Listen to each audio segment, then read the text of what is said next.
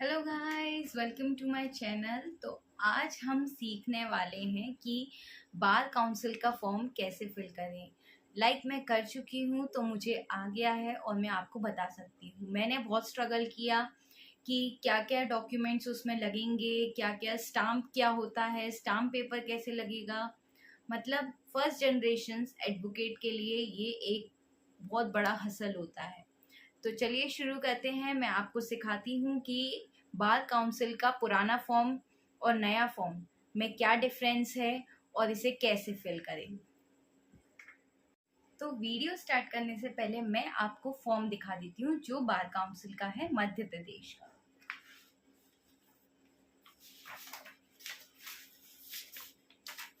ये है पुराना फॉर्म, ये था 16 पेज का, और ये है नया फॉर्म जो कि है 7 पेज का। और इसके पीछे 7वें पेज पे ये दी हुई है चेकलिस्ट। इसको पढ़ के आपको पता लग जाएगा कि आपको कौन कौन से डॉक्यूमेंट्स इकट्ठे करने हैं और फोटोकॉपी करानी है। आप वो निकाल सकते हैं अपनी प्रैक्टिस के लिए। मींस आपको एक बार फॉर्म फिल करने से पहले आप एक बार मतलब सारी डिटेल्स प्रिंट आउट निकाल के ऐसे वाइट पेपर पे ही फिल कर लेना। उसके बाद जब आप कोर्ट जाओगे तो वहां पर आपको ये फॉर्म मिलेगा। ये महंगा आता है, इसलिए मैंने कहा कि आप पहले इस पे प्रैक्टिस कर लेना जिससे आपके पैसे वेस्ट नहीं होंगे। तो ये है हमारा ओरिजिनल फॉर्म। मेरे पास ये पुराना वाला है, नया वाला मैंने फिल कर दिया है। तो मैं आपको पुराने वाले की फोटो दिखा रही हूँ। इसमें 16 पेज है। उसके बाद ये है पुलिस वेरिफिकेशन का। इसे आप अपने यहाँ पर फोटो लगाकर और फिल करके इसको ले जाइएगा विद अपना आधार कार्ड, पैन कार्ड, जो भी आपको सही लगे। और ये ले जाके आप पुलिस स्टेशन में दिखाइएगा और उनसे बोलिएगा कि इसे वेरीफाई कर दीजिए। वो वेरीफाई कर देंगे, फिर आप इसे पुलिस वेरिफिकेशन की तरह यूज कर सकते हैं। ऑनलाइन साइट बहुत ज़्यादा ट्रैफिक आ रहा होता है उस पर, तो कोशिश कीजिएगा कि ऑफलाइन हो जाए। अगर आपके यहाँ नहीं होता ऑफलाइन तो आप ऑनलाइन पे स्विच करिए, वरना एक दिन में कराना है तो ये बेस्ट है। जैसे कि आज अब चल रहा है कि फीस बढ़ जाएगी, तो उस अकॉर्डिंग ये ज़्यादा बेस्ट है कि आप ऑफलाइन जाके करा लें। ऑनलाइन क्योंकि ऑनलाइन में 7 दिन लग जाते हैं, 7 से भी ज़्यादा दिन लग जाते हैं, तो आप प्रेफर कीजिए कि ऑफलाइन हो जाए तो ज़्यादा बेटर है। तो आप फॉर्म फिल करना स्टार्ट करते हैं। तो देखिए शुरू करते हैं। सबसे पहले आपको यहाँ पर अपना नेम फिल करना है।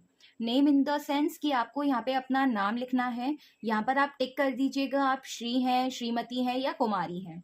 उसके बाद यहाँ पर एक ब्लॉक, अपनी नाम लिखने के बाद एक ब्लॉक्स छोड़ के फिर सरनेम लिख दीजिएगा।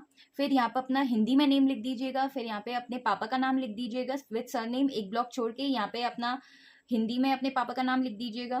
फिर उसके बाद अपनी मदर का नेम लिखना है, सेम तरीके से ब्लॉक छोड़ के फिर अपनी नेम मदर का हिंदी में नेम लिखना है। यहाँ आपका कास्ट लिखना है जो भी है, SC ST, जनरल या OBC। फिर यहाँ पे अपनी डेट ऑफ बर्थ लिखनी है। ठीक है, डेट ऑफ बर्थ कैसे लिखनी है मैं बता दूं।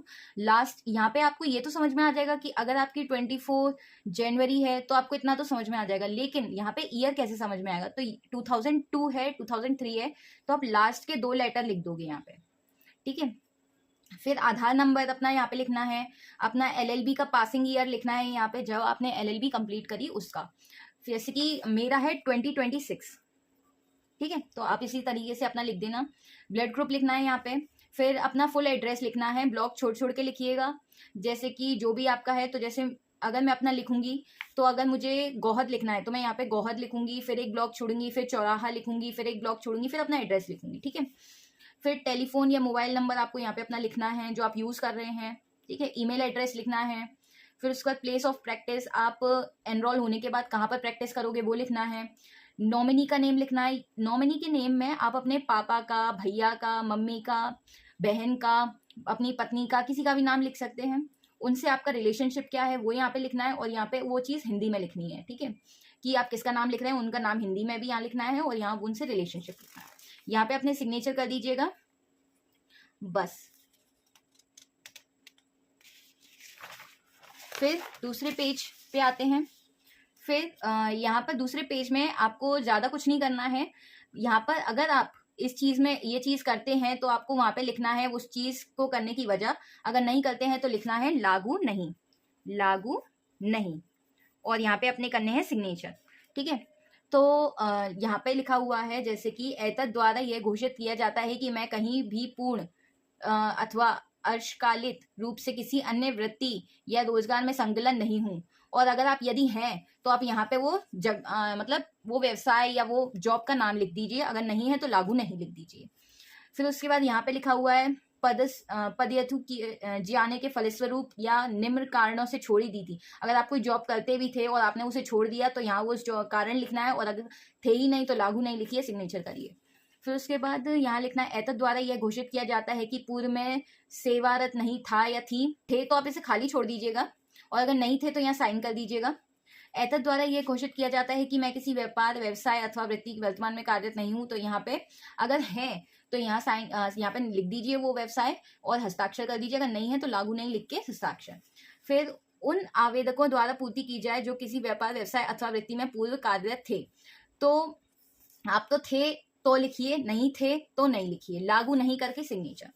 ऐसी अन्य परिस्थितियों अथवा घटनाएं यदि कोई हो तो उल्लेख करें जो नामांकन की पात्रता के संदर्भ में आपके चरित्र या योग्यता को प्रभावित करती हो।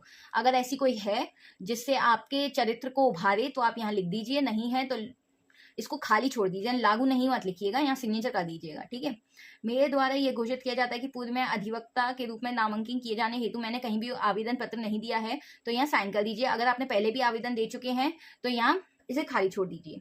ठीक, और यहाँ पे वो चीज भर दीजिए कि मेरे द्वारा ये घोषित किया जाता है कि नामांकन हेतु पूर्व में आवेदन पत्र दिया था जिसका विवरण निम्न है। ठीक है, अब ये हाँ या नहीं में जवाब देना है। यहाँ पे कार्य पूर्व में आपके भारत अथवा भारत के बाहर किसी न्यायालय द्वारा दंडित किया गया, अगर आपके प्रति कोई भी दंड सुनाया गया है पहले तो आप हाँ में जवाब दीजिए, अगर नहीं तो नहीं में जवाब दीजिए और साइन कीजिए। और क्या कोई आपराधिक कार्यवाही आपके विरुद्ध लंबित है? अगर कोई आपके विरुद्ध कोई कार्यवाही लंबित है, मतलब अभी चल रही है या रुकी हुई है, तो हाँ में जवाब दीजिए, अगर नहीं है तो नहीं में जवाब दीजिए, हस्ताक्षर कीजिए। और फिर यहाँ जाइए, यहाँ है क्या सेवा काल में आपको बर्खास्त, निलंबित अथवा किसी अन्य प्रकार से दंडित किया गया था? अगर आपको ऐसा किसी तरह से भी बर्खास्त किया गया था या निलंबित किया गया था एज एन कोई भी चीज, तो आप वो यहाँ पे हाँ में जवाब दे सकते हैं और यहाँ पे हस्ताक्षर कर सकते हैं। अगर नहीं था तो नहीं में और हस्ताक्षर। क्या किसी न्यायालय द्वारा आपको दिवालिया घोषित किया गया था? अगर हाँ तो हाँ, नहीं तो नहीं। ठीक है, हस्ताक्षर। और मैं एडवोकेट एक्स, अब ये सब शपथ जैसा है। ठीक है, तो इसको भरने की तो जरूरत नहीं है लेकिन पढ़ने की जरूरत है। ठीक है, अब नेक्स्ट पेज पे आ जाते हैं।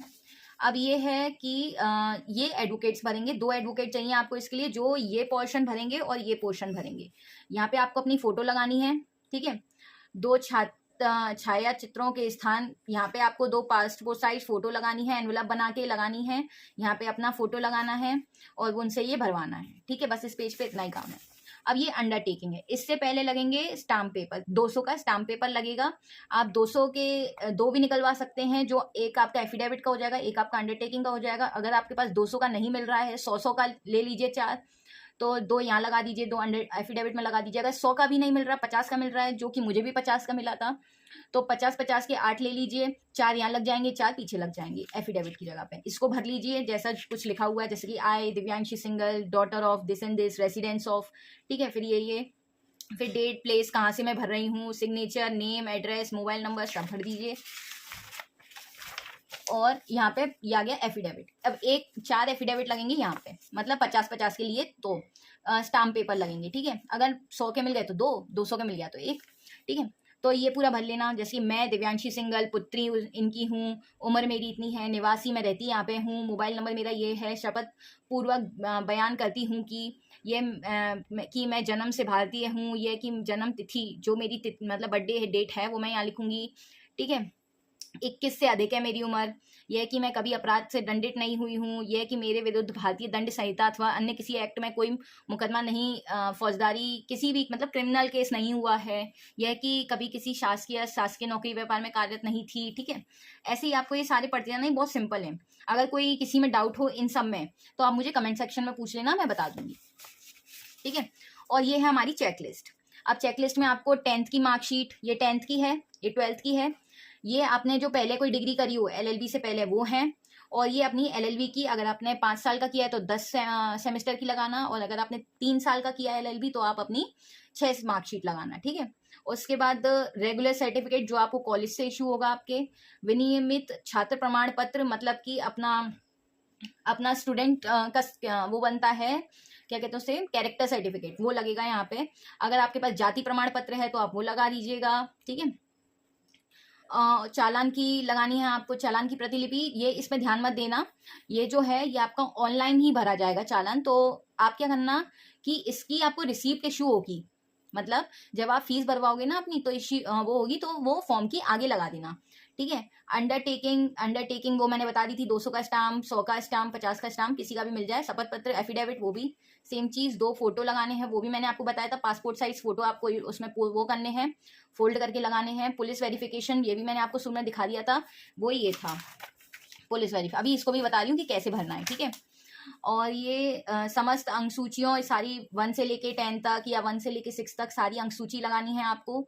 और निवास प्रमाण हेतु आवेदक आधार कार्ड, पैन कार्ड और ये अपनी पासबुक की फोटोकॉपी फ्रंट पेज की, ठीक है, वो लगानी है। इसी के साथ फिर आपका हो जाएगा क्या, पूरा का पूरा फिल। अब इसमें आप क्या लगा सकते हैं, अपना एक चीज और लगा देना, अपना बर्थ सर्टिफिकेट लगा देना, ठीक है, तो अच्छा हो जाएगा, मतलब सही हो जाएगा आपका। इसी के साथ ही आपका भर जाएगा। अब मैं आपको बताती हूँ इसे कैसे बनना है। यहाँ पे अपना फोटो लगा के ले जाना, ठीक है। वो ये सब आप वो ही लिखेंगे, थाना आप लिख देना, चलो थाना आप लिख देना कि श्रीमती कुमारी आप लिख लेना, पिता का नाम लिख लेना, वर्तमान निवास मतलब आप कहाँ रह रहे हो वो लिख लेना, के विरुद्ध थाना लिख लेना अपना कौन सा लग रहा है, कि रिकॉर्ड के अनुसार कोई भी आपराधिक प्रकरण दर्ज नहीं है, ठीक है। अगर दर्ज है उन लोगों के लिए ये कॉलम है कि श्रीमती कुमारी अपना लगा के, पिता का नाम लिख के, निवासी लिख के, अपना मतलब रेसिडेंस लगा के लिख के उपलब्ध रिकॉर्ड के अनुसार अपराध क्रमांक अगर दर्ज है तो यहाँ दर्ज जितने हैं उतने भर के ये प्रकरण किया जाता है, मतलब की है ये पुलिस वाले भर देंगे, ठीक है। अब उपरोक्त अपराध क्रमांक, अब ये उनके लिए जिन पे अपराध है का विचरण किशोर न्यायालय में हुआ है, अगर आपका जुवेनाइल जस्टिस कोर्ट में हुआ है तो जो लागू ना हो उसे काटें, ठीक है, जो लागू नहीं है उसे काटना है, ठीक है। ये दिनांक लिख लेना यहाँ पे, जब आप भरवाने जा रहे हो, मतलब करवाने जा रहे हो सील वगैरह लगवाने, यहाँ पे वो करेंगे, जिला भिंड लिख लेना, और ये थाना प्रभारी जो होंगे वो अपने साइन और सील कर देंगे। इसी के साथ ये आपका फिल हो जाएगा, बस। Thank you. इधर से तो इसी के साथ लॉक को करते हैं एंड। पसंद आया हो तो लाइक कर लेना, अगर मदद हुई हो तो आपकी लाइक कर लेना, और अगर आपके फ्रेंड्स में किसी को ज़रूरत हो तो उसे शेयर कर देना। और अगर आपको मेरे साथ IBPS SO लॉ ऑफिसर की जर्नी पे चलना है तो मुझे सब्सक्राइब कर लेना। Thank you so much for watching, bye bye.